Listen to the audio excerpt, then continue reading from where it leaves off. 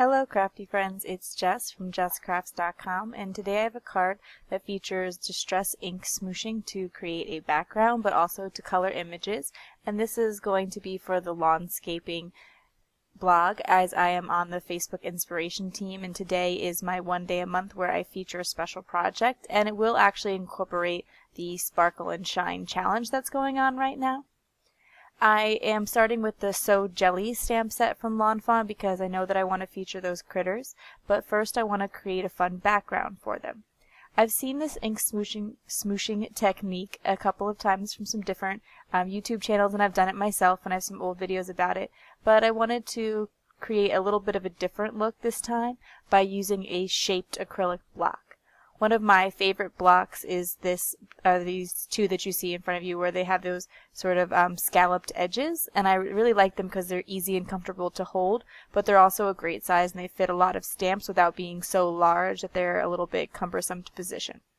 And so I thought that if I did the ink smooshing with them, I would get that fun shape onto my background paper. So I have some watercolor cardstock from Tim Holtz right here, and I like that because it is a really bright white. And what I did, and I'll show it again, is that I started with my middle color, which is peacock feathers, and then I put that in the center of the block. At the top I put my darkest color, which in this case was Mermaid Lagoon, and then I used my lightest color in Cracked Pistachio to create an ombre effect. Once I had all of the ink on the block, I spritzed it lightly with water, and then I smooshed it onto the paper, hence the name of the technique, where basically I just pressed the block to the paper, and it created an area of color. I found that I wanted a dark, more full area of color, and the way to achieve that is to add a little bit more water. However, I decided to continue to press the block in 2 separate times, because the first time where there's less water gives a little bit of a texture to the paper.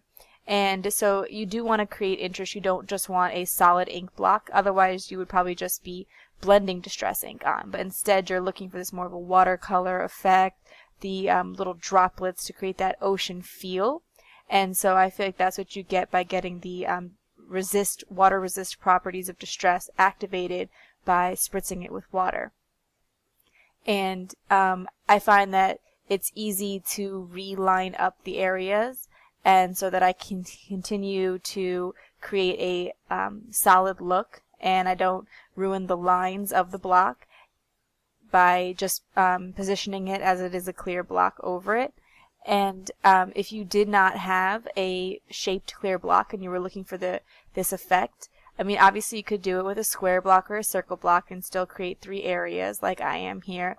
But I also think that you could die cut a shape with some acetate, some plastic packaging, and do a similar effect where you place the ink onto the acetate. But in that case, as it would be pretty thin, it might be better to bring the paper on top of the acetate as opposed to trying to handle that thin piece of plastic with the ink all on it, because it could slip off. So just a suggestion, but I think you could kind of use whatever block that you have. It just worked out to create a fun shape with these ones that I happen to own. And I am going to be cutting out this panel with the stitch rectangle die later, but I wanted to create it without, just so that I could make sure that I liked the positioning of all the different blue areas. So I am going to have some critters for the different areas, and I decided to use both the jellyfish and the starfish, but I wasn't sure how many of each I would want. I wasn't sure if I'd want 2 in each area or 1, and so I decided I will just stamp a whole bunch of each, and if I have some extra, that will be okay. I could always just use them on a future project. And I stamped them with VersaFine ink, as it is a waterproof ink, and now I'm switching to a larger block so that I can color all of the images at one time. And I'm going to do the same ink smooshing technique, but instead of doing an ombre, I want there to be a little bit of each of the 3 colors on each animal, and so I'm just sort of spreading the color randomly over the block and just tapping it down in just random areas, trying to make sure the whole block is covered though, because I want the whole starfish to be covered. And I did find that for this instance it was better to use a little bit more water so I would get a more solid coloring. And the ink colors that I used there were fossilized amber, squeezed lemonade, and scattered straw. Obviously you could use whatever colors that you have on hand that match up, and you don't need to use 3 colors to get the effect. Even just doing it with 1 color is great because you're really trying to get that splotchy watercolor look more than an ombre look, particularly in the instance of the animals. And I had found that they came out a little bit lighter than I was hoping, so I just put a little extra fossilized amber onto the block, sprayed it, and tapped it around. So if you are not getting quite the effect that you want, you can always add more ink and water to the block and continue to smoosh down. For the jellyfish, I had decided to go with abandoned coral, spun sugar, and picked raspberry. I found that it's better to actually start with the darker color on the block, so that way you could fill in any areas with a lighter color, and don't worry about touching a light distress pad to some dark distress ink. It's not going to muddy it, in my experience, and I've tried this a few times. Again, here I felt like I wanted a little bit more of the darker colors, and so I just put a little bit more of the abandoned coral onto my block, or actually I believe it was the picked raspberry, and smooshed it down. But I also had some ink just sitting there on top of my craft sheet, and I was able to just push the critters into that. Now I have die cut them all with the coordinating dies, and because I did the coloring this way, there is not that white border. Instead, the border continues to have the color. And I don't mind that look. I know it's a little bit different than what you typically get, where if you were to color it with markers or Copics or anything like that, or if you just did some watercoloring, you could stay in the lines. This technique is obviously not going to stay in the lines, but I think that it adds to the fun. And I thought it would be interesting to see a different way of coloring your critters. If you're like me and you want to make sure you get the most out of all your color mediums, it would be nice to have different ways to use distress ink, but just besides blending, and so I thought this would be a different way. I am going to be playing with the placement. I ultimately decide to include just 1 starfish so that it ties in with that sentiment from the set, "You're a star," and I would just fill the rest of it with jellyfish. And to kind of keep with that rule of odds, I decide to place just 1 jellyfish in the block so they wouldn't all be pairs, and it would add some interest. I also wanted to fill in some of the details on the jellyfish, so I'm just taking a distressed marker in the picked raspberry color and coloring in the legs and the spots on the jellyfish.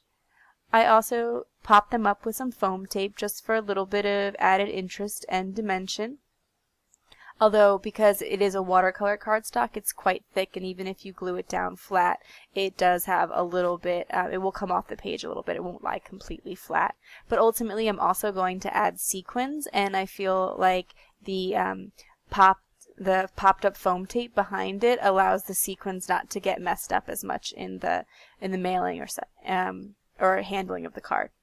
Now, I wanted to create some more yellow in the card, because I felt like there only being that 1 yellow starfish down at the bottom didn't really feel balanced. And so I created my own mat by taking a piece of paper that was slightly larger, a piece of cardstock slightly larger than the stitched rectangle panel.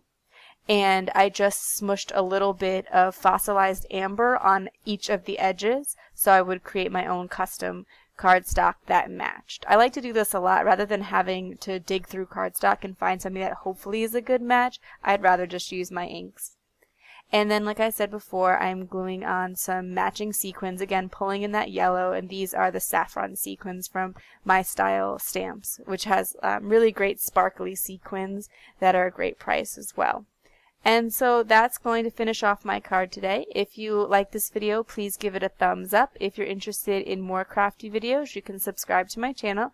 You can come check out the Lawnscaping Blog, where we have the Sparkle and Shine challenge going on right now.